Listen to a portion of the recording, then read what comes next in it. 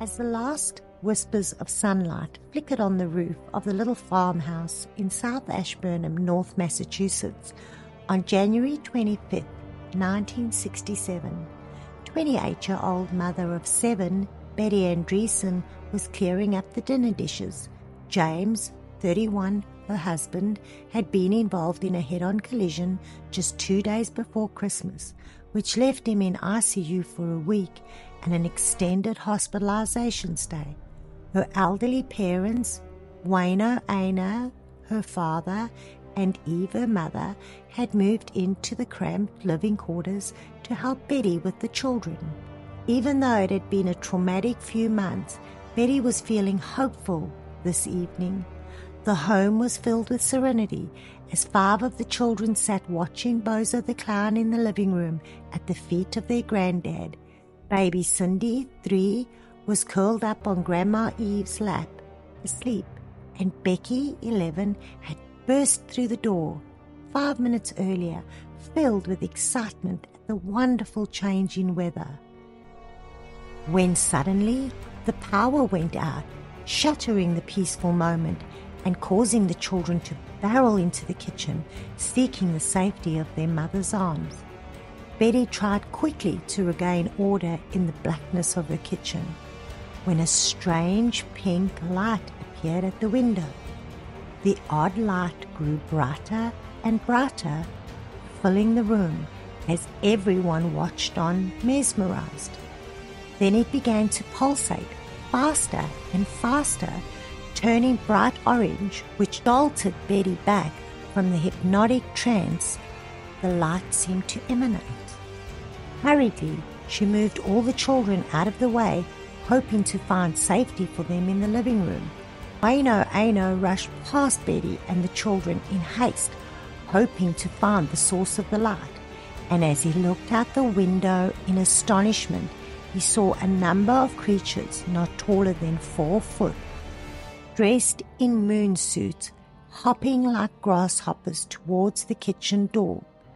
As he stared in wonderment, one of the little creatures made eye contact, immediately freezing him in a state of suspended animation. As Betty stared on in horror, leaving the children, she rushed back to help her father, when unbelievably, the creatures, all in single file, floated into a kitchen through the closed wooden door. All were under 4 foot tall, except for the leader, who stood at around 5 foot. They all had heads shaped as pears, grey clay-like skin, oversized large eyes, holes for their nose and ears, and where the mouth should have been, only a thick scar. They had 3 long bony digits on each hand, and they wore navy blue bodysuits. Betty's mind racing, trying to make sense of the spectacle in front of her. And then it dawned on her, angels, as the creatures floated to her and spoke. Betty, my name is Quasar. Betty, remembering the Bible verse, "Be kind to strangers, you might entertain angels unaware," replied, "Would you like some food?" Before they could answer, she jolted past them, grabbed a steak and set about frying it. As the beings watched on curiously, after a few minutes they said, Betty, we only eat meat that is burnt. Betty dutifully turned up the flame and began burning the steaks. The creatures, now looking at her in astonishment, interrupted and said, Betty, that's not our kind of food. Our food is tried by fire. Knowledge tried by fire. Do you have any food like that? Betty turned the meat off and moved towards the living room to grab her Bible, remembering that tried by fire was in the Bible, and the creatures followed along. She handed it over to Quasar and watched in utter bewilderment as the Bible floated in front of her.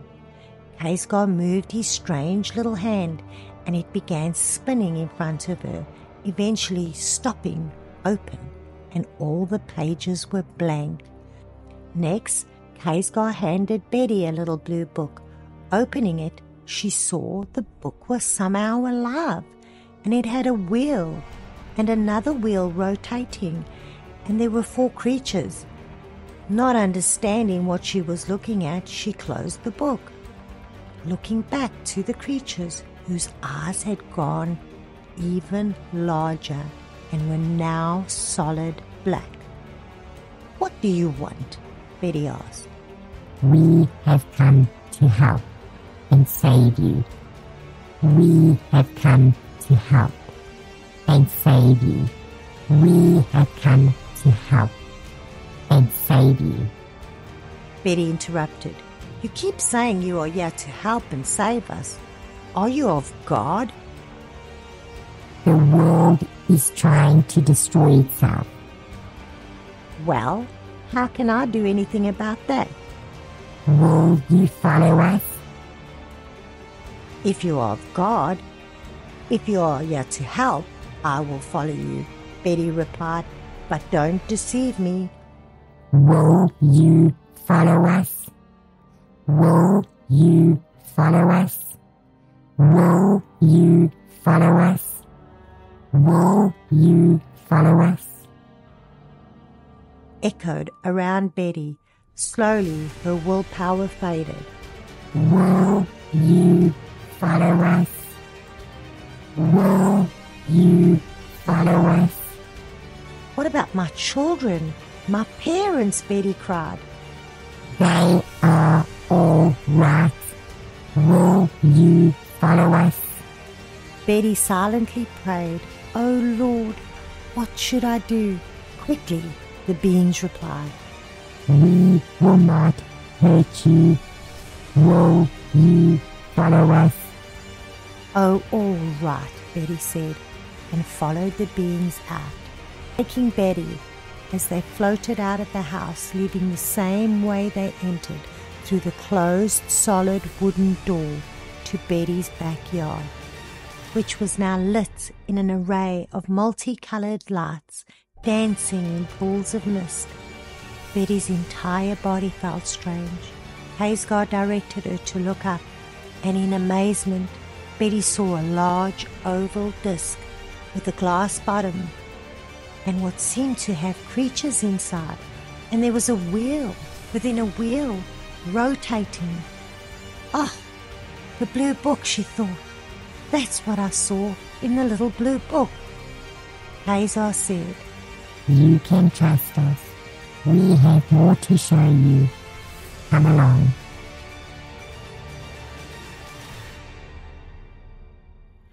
"Hello, Mrs. Oya and Pepper. My name is Nat, and I'm coming to you from the beautiful shores of North Queensland, Australia, home of the Great Barrier Reef." That's not an Australian accent, you say? And you would be correct. I was born and raised in South Africa and immigrated to Australia about 15 years ago. If you enjoyed this video, please click the like and subscribe button.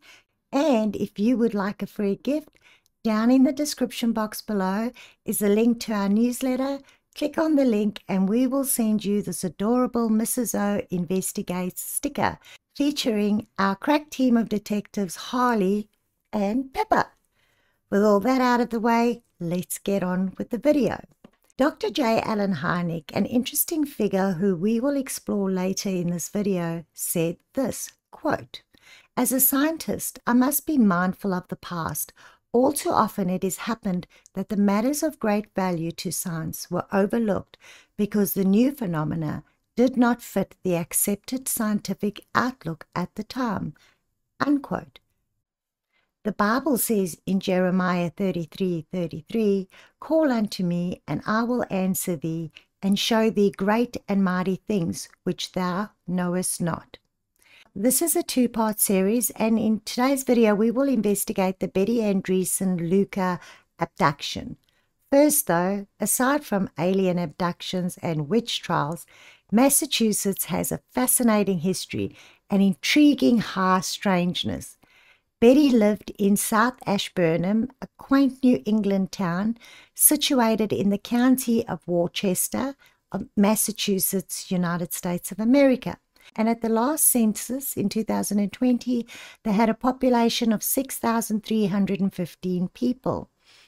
Nestled between to the east Mount Waitatic and the Jewel Hill to the southeast, and Blood Hill rising over the town, it is surrounded by lakes, ponds, and rivers. First settled by Europeans in 1736, the name of the town is drawn from Earl of Ashburnham. About 100 miles south is the infamous... About 100 miles south is the infamous Bridgewater Triangle, which encompasses the largest freshwater swamp in the USA, called the Hokomoke Swamp, a cursed place, some would say, and known as the place where the spirits sleep. As the legends go, after the First Indian War, also known as the Forgotten War or Metacom's Rebellion, a war where King Philip, chief of the Wampanoag tribe, who at first sought to live in harmony with the British, however, after feeling the sovereignty of the sacred area constantly being eroded and feeling disconcerted by continuous humiliations he and his people were subject to, he rose up against the British colonialists, attacked 52 towns, 12 of which were devastated, except one town called Taunton. Another rabbit hole we'll explore in the future. The war lasted 14 months when King Philip was eventually killed by the British. Another reason why King Philip started this war is the land where the colonialists were living was sacred land. It was sacred land and belonged to the tutelary spirit god Hokomoke, the chief deity of death and disease, and he dwelled in the Hokomoke Swamp, where he would gather the souls of the dead and store them in this area. So as to punish the settlers, a curse has been placed on the land and anyone who dwells there. Where she once provided plentiful food and a comforting place for the natives to be laid to rest in, she is now cursed with stories of strange creatures, entities, demon dogs, skeleton ghosts, Bigfoot, pukwudgies. I had to look that one up. It says, a little man of the woods and forest that appears and disappears. Oh, we're definitely visiting Bridgewater Triangle again. And these entities have terrorized communities in the area for over 100 years. In the spring of 1979, the Bridgewater area experienced the highest documented account of UFO activity ever witnessed. Two reporters, Jerry Lopes and Stephen Scarcaccia, happened to witness one of these events. Let's watch this news report of the two of them describing what they saw. Jerry Lopes and I worked at WHDH Radio, and we were heading down to the Raynham Dog Track, and when we got off 24 onto 106, I noticed this really bright light over the tree line, and the light was coming closer and closer and getting bigger and bigger. And I remember saying to Jerry, what is that over there? So we pulled his vehicle over, and all of a sudden the stars blotted out in the shape of an arrow as this thing passed overhead. Ironically, I'm a big baseball fan, it looked like a baseball home plate, and there were a series of lights on it. And it was very, very wide. Perhaps the width of now, we'd say 5 747s wing to wing. It looked like it had a little cord or something hanging off it, and sparks were coming off of it. I almost felt like I could throw a rock at the thing. It seemed that close to me. This was pretty much the shape of it. And this thing passed overhead like this. For me, what first attracted me was this light that kind of came into our field of vision, just like that. And as this thing passed overhead, it just kept coming and coming and coming. And the light kept getting bigger and bigger. I'm an Air Force veteran. I've been in the Air Force for 4.5 years. I've been around a number of different planes, and I said to Steve, that's not one of ours. And it just hovered there for a minute. It looked like it was over a little bit of a field, and the next thing you know, it just kind of took off. We continued onto the dog track, And most of the conversation that evening was, what did we see?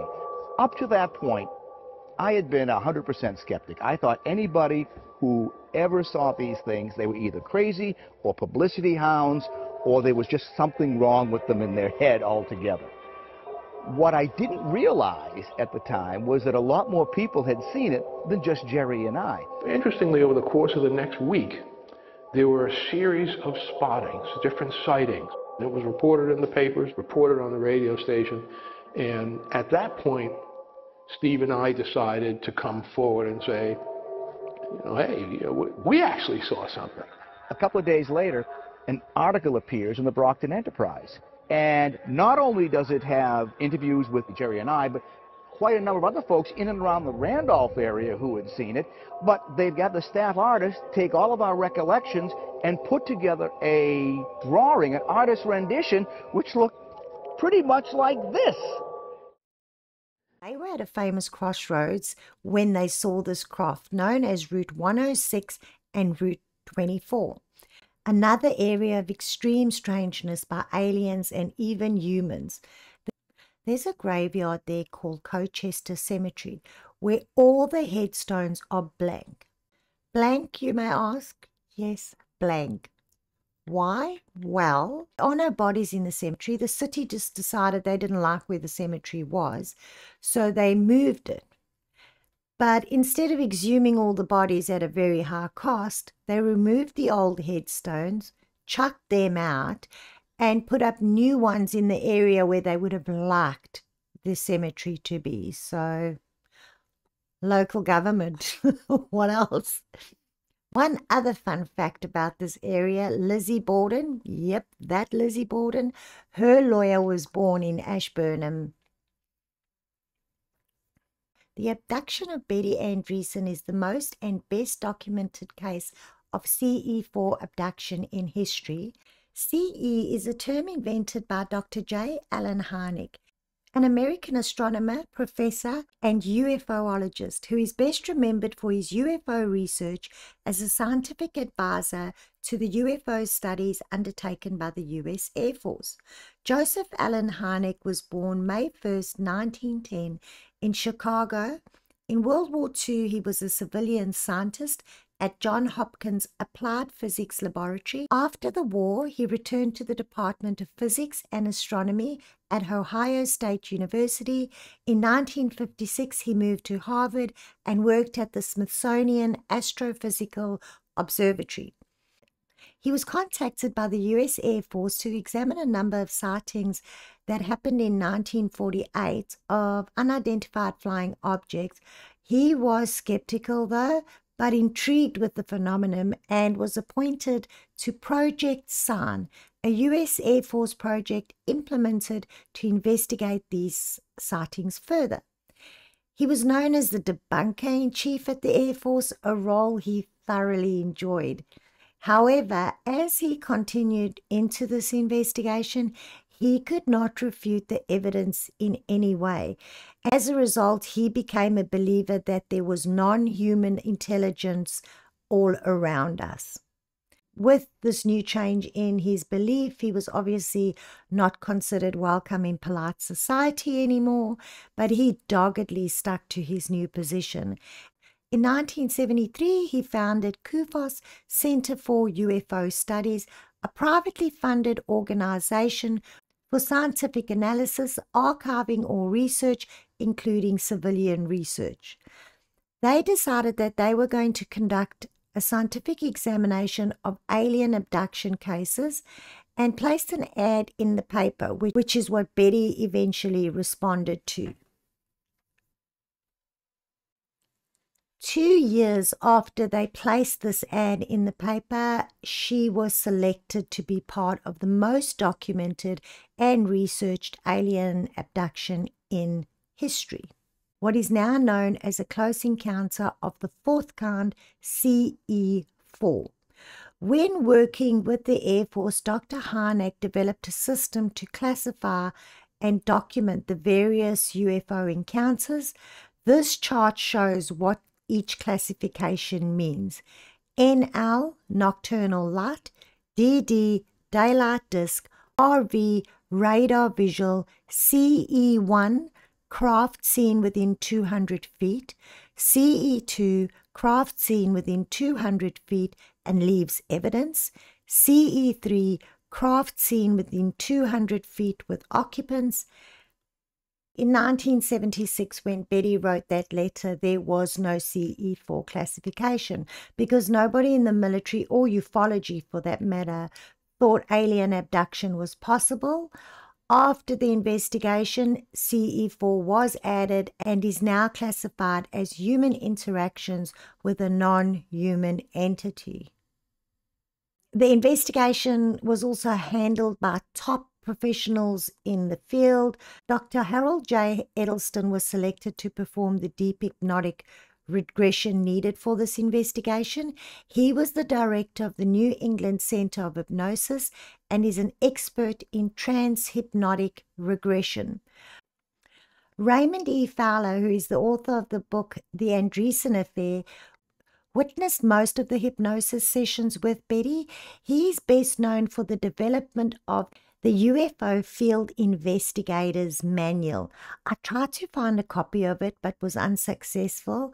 If any of you know where we can, shoot me an email. I would love to see that. The candidates selected needed to agree to the following: extensive testimonies of all parties involved. All parties involved had to agree to undergo a series of hypnotic sessions that was revisited many times over the year to see if the story had changed in any way. Extensive and numerous polygraphs were performed on all the witnesses and corroborative circumstantial evidence was provided. And like I said, Betty saw the ad in the newspaper and wrote this letter. To Dr. Hynek, August 20, 1975. I'm so happy to read that someone is finally studying about the UFOs. Now I can tell someone of my experience. An encounter in 1967 with UFO occupants. Signed, Betty Andreasson. When Dr. Hynek received the letter, he filed it away, and in January 1977, as the investigation team finally sat down to discuss the investigation, Betty's letter was read and the 12-month investigation began. Betty was also an artist, so all the sketches you see in this video are the actual drawings that Betty made of this event. Betty Andreasson Luca was born to Waino Aino, an immigrant from Finland, and Evie, a native born of New England. She was the second youngest of 5 children and was brought up with strong Christian values. Betty had a wonderful childhood where she would play in the woods and creeks, usually until it was quite dark out. I loved to play in the woods amongst the trees. There was never a feeling of fearfulness in the woods. It was my peaceful place, Betty once said. In June 1954, at the age of 17, she married James Andreasson, 21, a Navy man. A year later, their first child, Betty, was born, followed by 6 children in quick succession, and in January 1967, they were Becky, 11, James, 10, Mark, 9, Scott, 7, Todd, 6, Bonnie, 4, and the baby Cindy was 3. Strong Christian belief was woven into the fabric of the family, and Betty ensured that the children were taken to Sunday school. They never missed a day. After Sunday school, Betty's yard was a favorite for all the neighborhood children, and they would play in the garden, eating Betty's famous freshly baked cookies and telling stories of David and his mighty conquests over Goliath or Noah and the Great Flood. Eventually bought the small little farmhouse where this event took place, a fixer-upper that James worked tirelessly on making comfortable for the family. On the night of December 23rd, as James was traveling home from work, a driver rode down the wrong side of the road, colliding with Jim in a head-on collision. He was rushed to the hospital where he spent a week in ICU, and what followed was months of hospitalization in traction. Betty's parents had to move in to help her with the children and the chores. around the house, and by January 25th, 1967, the family were relieved that James would be coming home soon.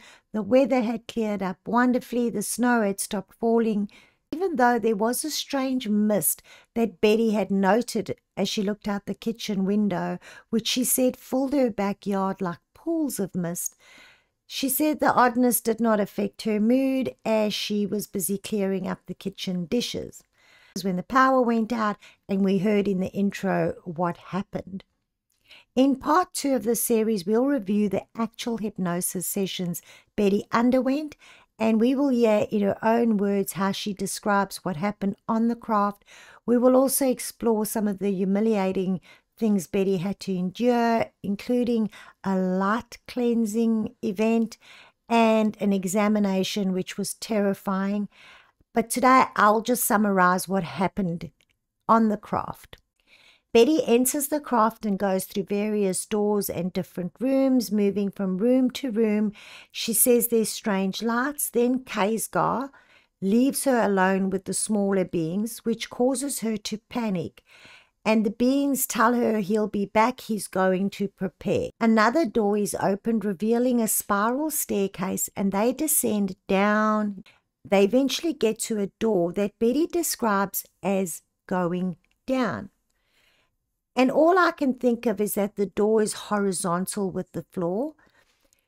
She's then brought into a room where they expect her to remove her clothes. And after a big fuss, we'll explore this again in detail, but in a big fuss, she relents and she gets unchanged. After this experience, Betty is then taken into an exam room. Betty is frantic at this stage. When the beings instruct her to get on the table, she refuses. She freaks and she's like, nah, not happening. Not today. Not today, Satan, not today. They disappear, unable to move, she says, by some unknown force, as she describes the light in the room getting brighter and brighter and blinding her. This is when she hears footsteps, but she can't see anything. And then Kaysgar appears and he says, don't you trust me? Waves his hand over her, which calms her immediately. And then she's floated up to the examination table. She then again says she's held down on the table by some unseen force. And there are these long wires with needles at the end floating around her. The beings take one of these needles, entering through her left nostril and pierce a membrane. Betty says they broke a veil.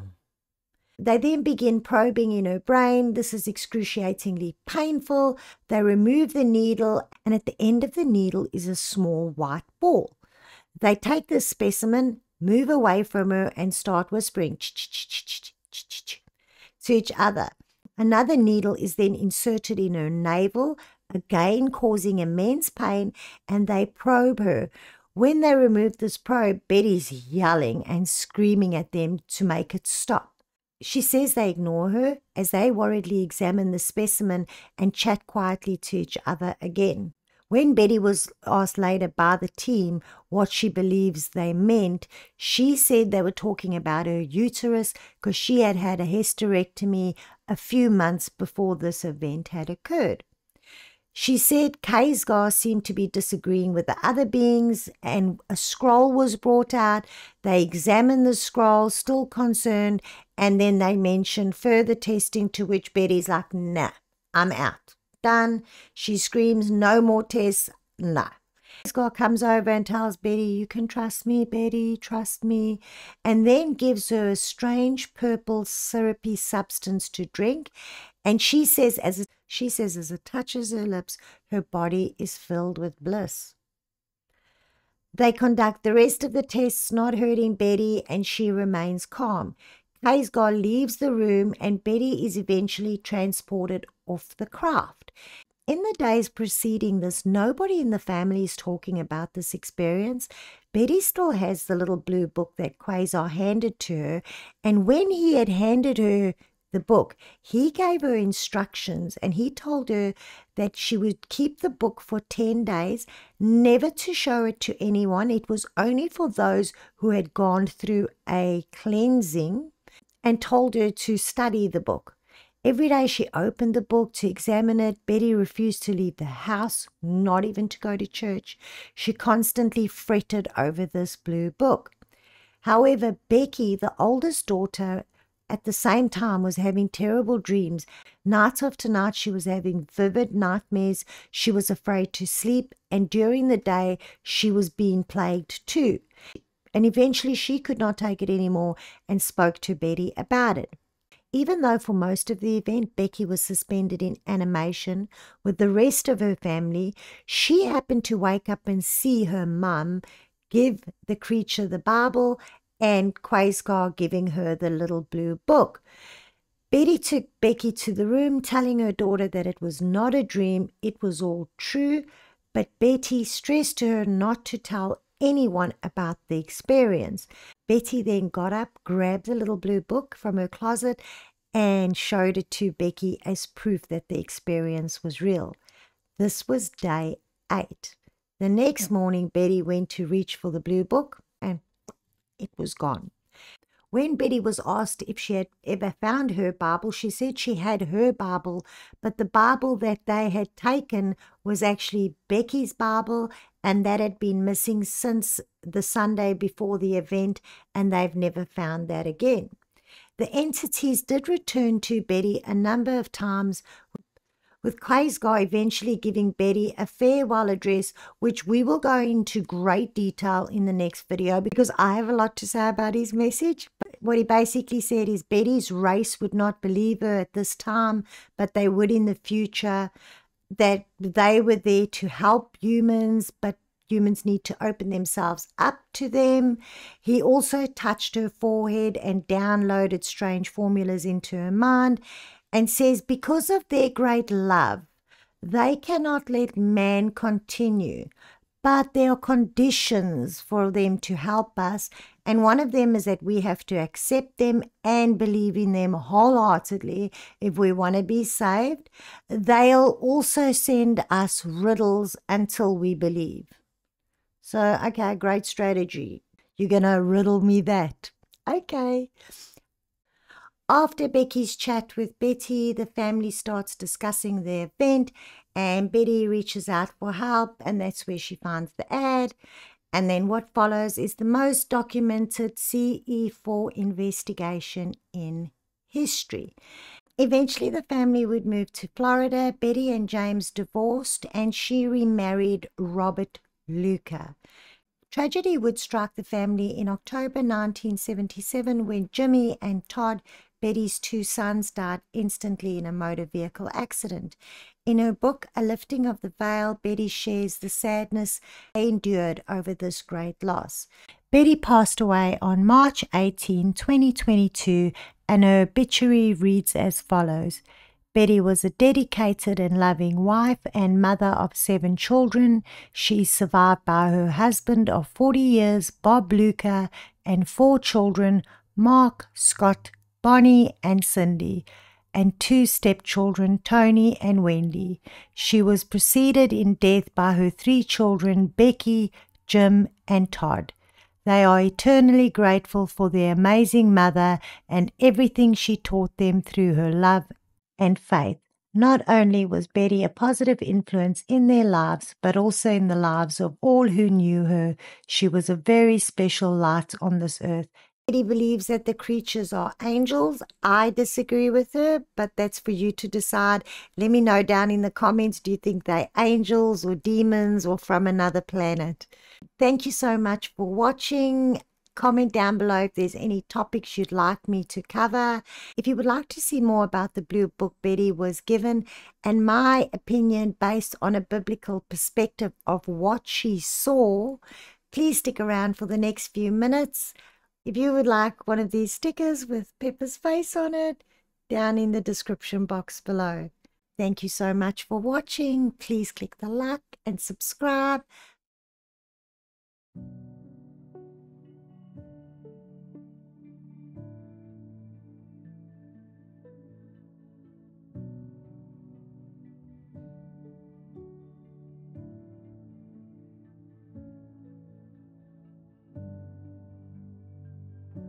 Pepper left us so she could post those stickers to you, so hopefully get one down there and she can mail one to you too. When Betty opened the book, this is what she described. I started to look in the little blue book, and the first 3 pages were snow white, luminous white, and I saw the silver grey top thing with like coils, and there was sort of a wheel, and inside were 4 things. I can't make out what these things are, and so I've come to the close of that book. She also said, see, parts of those things I saw in the book. They are glass balls on the bottom, cut glass-like, and there are arms that come down and grasp on it, and they go up, and there's that thing on the side, and they can rotate on the inner tube with the grey matter, and that water, I guess, or something.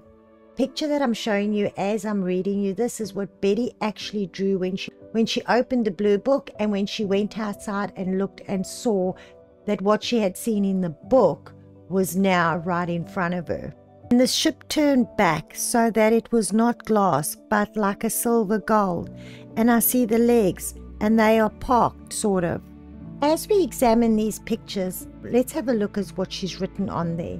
Describing the outer wheels as glass, she then describes the weird pin objects, saying there are 4 of them.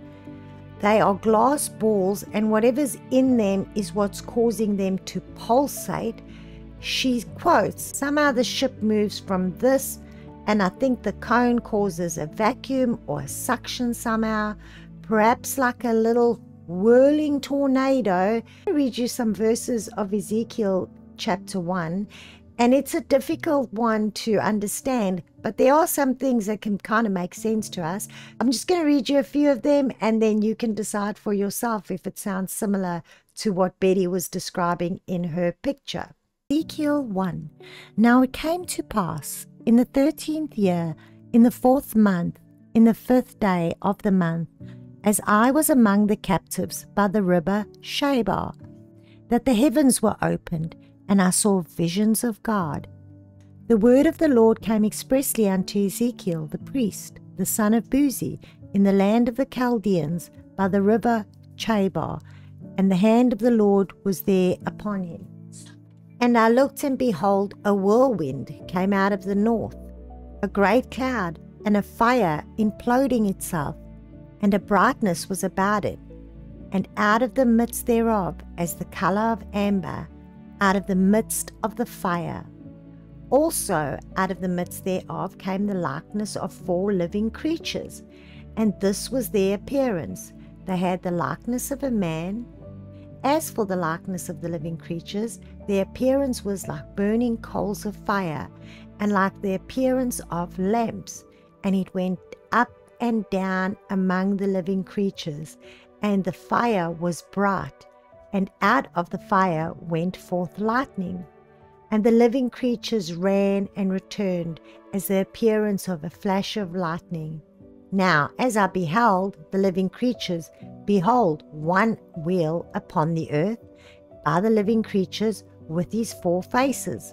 The appearance of the wheels and their work was like unto the colour of a beryl, and they 4 had one likeness, and their appearance and their work was as it were a wheel in the middle of a wheel.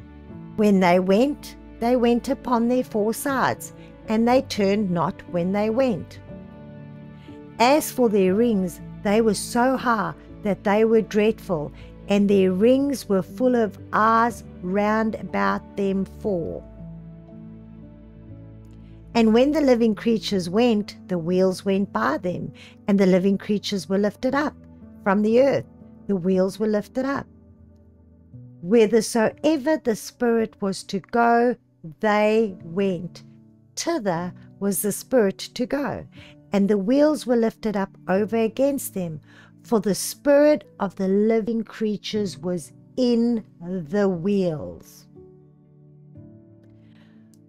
When those went, these went, and when those stood, these stood, and when those were lifted up from the earth, the wheels were lifted up over against them, For the spirit of the living creature was in the wheels. Tells us twice. God speaks once, yea, twice. I didn't read you the entire chapter of Ezekiel 1. I do encourage you to read it. Not everything makes sense, but a lot of it does make sense, especially in 2024. And just to be clear, what we're reading about in Ezekiel 1 is an angel of the Lord, okay? What I believe Betty seen was a fallen angel. So what she's describing is something that would look like that. However, it is in a fallen state. So when we read it in Ezekiel, it is glorious. However, these creatures, in my opinion, are devils, demons, wicked. But again, that is for you to decide. Tell me what you think about it. And remember, always there's power in the name of Jesus Christ. Read the word. It's your weapon and it's your only source of truth. Ezekiel was written thousands of years ago, and yet in 2024, this weird chapter is starting to make some sense. Take care, my friends. God bless, and I will see you in part 2. Bye.